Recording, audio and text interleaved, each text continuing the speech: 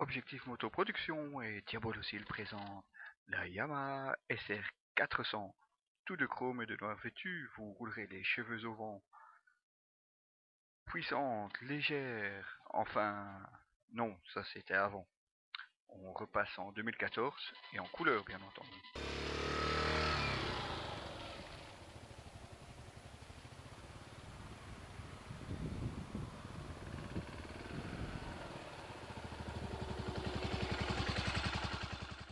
La Yamaha SR400 2014, c'est vraiment la moto rétro par excellence. Roue à rayons, un garde-boue chromé, des soufflets de fourche, une déco à l'ancienne, même un long silencieux avec une sonorité qu'on pourrait croire d'époque.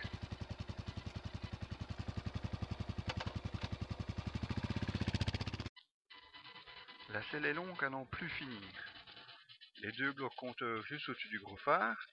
L'illusion est parfaite jusqu'au bout des commodos, avec ses boutons d'une autre époque.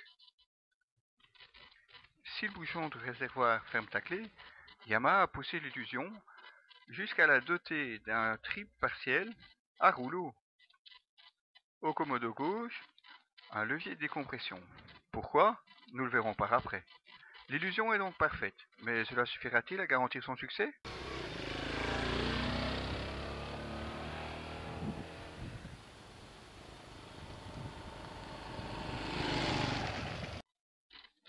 Nul besoin d'une super partie cirque.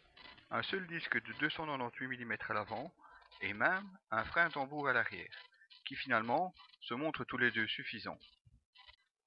Côté suspension, une fourche classique avec ses soufflets bien entendu, au débattement de 150 mm et deux amortisseurs arrière, chromés, ça va de soi. Il n'en faut pas plus. Le confort est là, les bosses sont bien absorbées et le freinage se montre largement suffisant vu les prestations de la machine. Alors, qui dit levier de compression, dit kick. Et oui, c'est d'ailleurs le seul moyen de démarrer la Yamaha SR400. Ici, pas de démarrage électrique. Alors messieurs, préparez votre mollet droit, révisez vos cours s'il y a besoin, et puis les plus jeunes risquent de vous demander très souvent « Pourquoi tu fais ça, papa ?»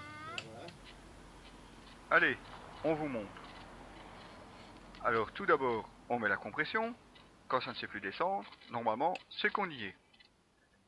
On appuie sur le levier de décompression, on descend un tout petit peu le kick et on lui file un grand coup. Et voilà, c'est tout, normalement ça démarre. Par contre, si c'est raté, pas de bol, il faut tout recommencer.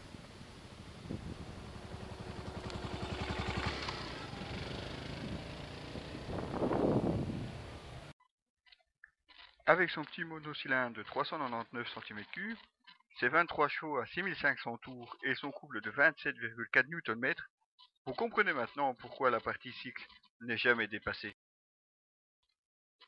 Très sobre, c'est certain, mais aussi très avare en sensations. 110 km/h à fond de 5, voire 120 si la ligne est droite et suffisamment longue. C'est limite, trop limite. Gaffe au dépassement. Et en côte, bien, faudra jouer du sélecteur. Ou tout simplement, oublier l'idée de doubler. Vraiment frustrant d'en avoir si peu sous la poignée quand même. Elle a pourtant de bons arguments. Outre son look rétro immanquable, une très grande maniabilité, un poids plume de 174 kg seulement avec les pleins, une consommation comprise entre 3,5 litres et 4 litres au 100, pour un réservoir de 12 litres, il y a de quoi envisager de belles balades malgré tout.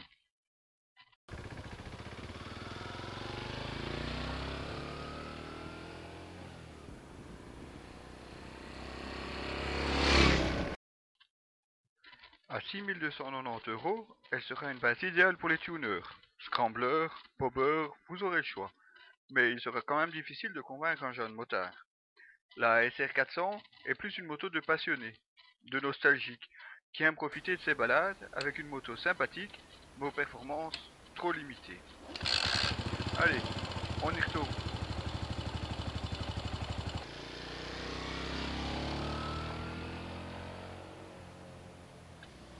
Voilà, c'était Diabolocil qui vient de vous présenter la Yamaha SR400. Restez avec nous, promis, il va y avoir du sport, et pas que de la course à pied. Retrouvez l'article complet, mais aussi tous nos autres essais et toute l'actualité de la moto sur notre site www.objectif-moto.com. À bientôt!